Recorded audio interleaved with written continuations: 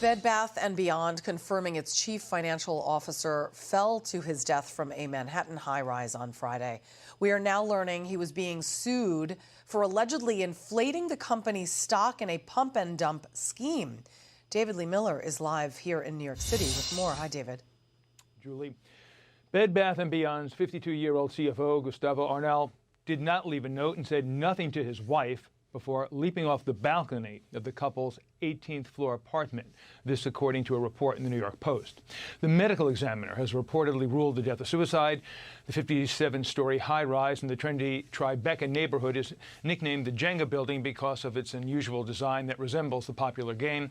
Arnell's death comes days after the company not only said it was slashing 20% of its workforce, but would be closing about 150 of its lower-producing stores. Last month, Arnell was named in a class action lawsuit filed by shareholders who claim they lost $1.2 billion in the so-called pump and dump scheme. A portion of the suit reads, and I quote, Gustavo, JP Morgan, and others engaged in a fraudulent scheme to artificially inflate the price of Bed Bath & Beyond publicly traded stock.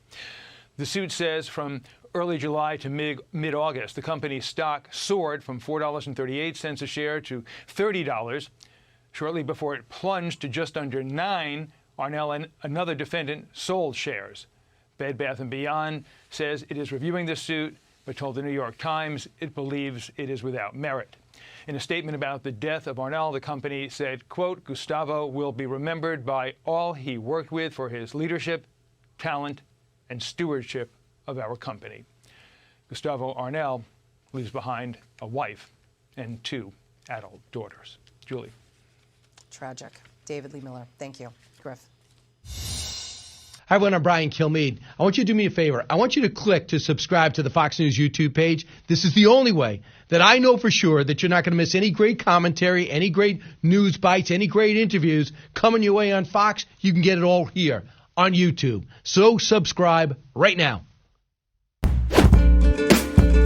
News, the National Republican Senatorial Committee has blown through nearly all the funds it raised since early 2021. The New York Times reports that the chair of the NRSC, Florida Senator RickScott, greenlit massive spending on digital ads, not to promote candidates for Senate, but to discover more small contributors. And while it initially brought in large amounts of donations, it has since stopped. By the end of July, the committee has collected a record $181.5 million, but spent nearly all of it, entering August with just over $23 million on hand. Today, the NRSC is raising less than before Scott's much ballyhooed digital spending campaign. So, David, let me get your reaction to this. That's not going to help Republican candidates, who many of whom already staring up at their Democratic opponents in the polls. Yeah. Oh, so much in this, Jonathan. You know, it's a bit of a Washington parlor game. The head of the congressional committees or the senatorial committees for the parties can either make or break a career. Well, I'd much rather be Sean Patrick Maloney leading the DCCC right now than I would Rick Scott leading the NRSC, because Rick Scott's about to hit a brick wall when it comes to his political future in the Senate. Complete mismanagement over there.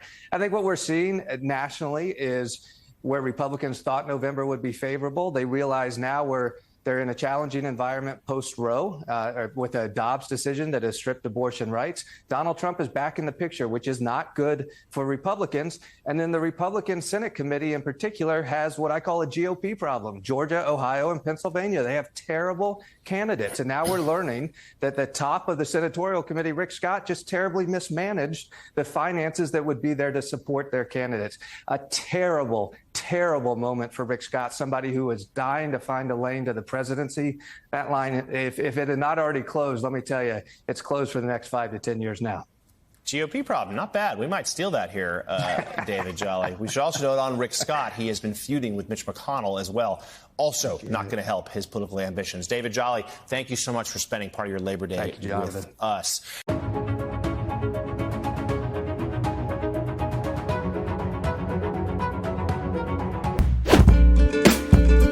Top Justice Department officials facing major questions as November approaches, whether to temporarily scale back work in criminal investigations involving former President Trump.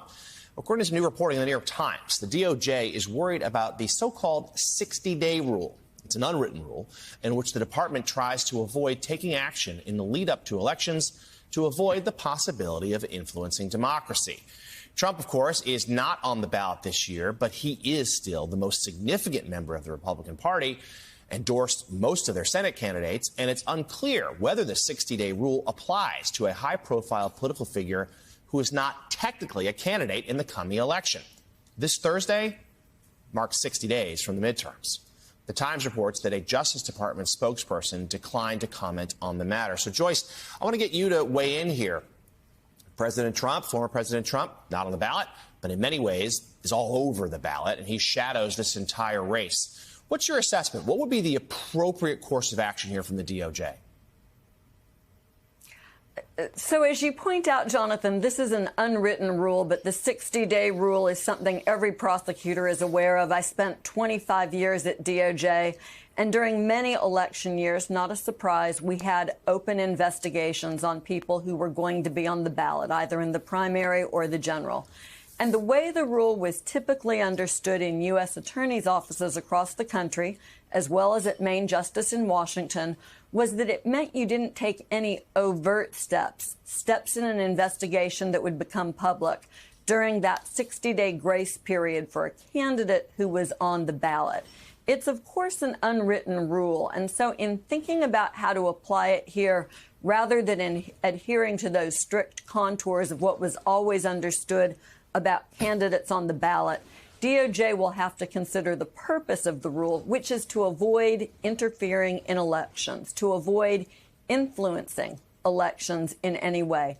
I think that there's an awfully good argument to be made that Trump simply doesn't fall within the ambit of this rule because he's not on the ballot in this campaign.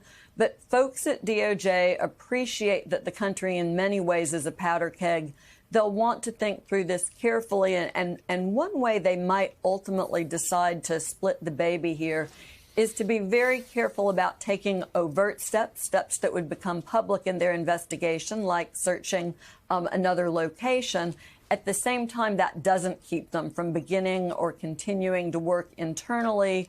And that might even include, we don't know yet whether they'll get here, but it could include beginning the process of drafting indictments or working with witnesses who might provide helpful information, even including speaking with some of the folks around Trump who could possibly have liability for what went on at Mar-a-Lago, and finding ways to move the case forward without doing it in a public fashion.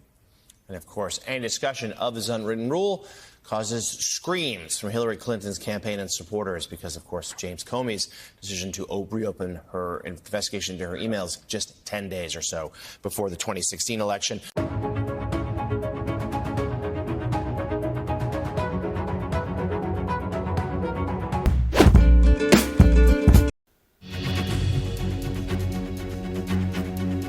This is CBS News Flash. I'm Dan Lieberman in New York. In Canada, a mass stabbing attack has left at least 10 people dead and 15 others hospitalized. The stabbings occurred at 13 separate locations in the province of Saskatchewan. Police say some victims appear to have been targeted, while others appear to have been attacked at random.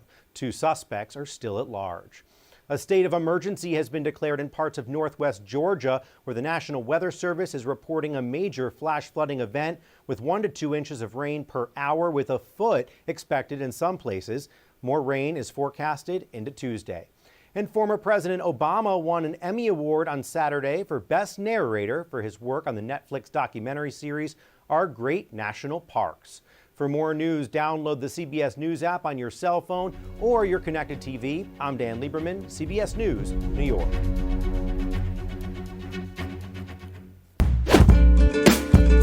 Turning to the urgent manhunt for 2 men suspected in a stabbing rampage that left at least 10 people dead, 15 others injured. The horror unfolding in several communities in the Canadian province of Saskatchewan. Alex Perez has the latest. Alex, good morning to you. Hey, good morning, Janae. The rampage sending shockwaves through Canada as authorities work around the clock to try to track down the suspects. Now, the ordeal beginning in sparsely populated Saskatchewan early Sunday morning when authorities began getting reports of people being stabbed in the James Smith Cree Nation, an indigenous community near Weldon. Now, in all, authorities say 10 people are dead, at least 15 injured at 13 different crime scenes. Some targeted, police say, others appear to be at random. Now, Canadian authorities identifying two suspects, Damian Sanderson and Miles Sanderson, believed to be traveling in a black Nissan Rogue. The pair last spotted in Regina, about 200 miles south of the crime scenes. Investigators have not said if the suspects are related. Authorities have asked people in the area where they were last seen to shelter in place. The Canadian Prime Minister calling the attacks horrific and heartbreaking. Gio? Horrific and heartbreaking indeed. All right, Alex, thank you.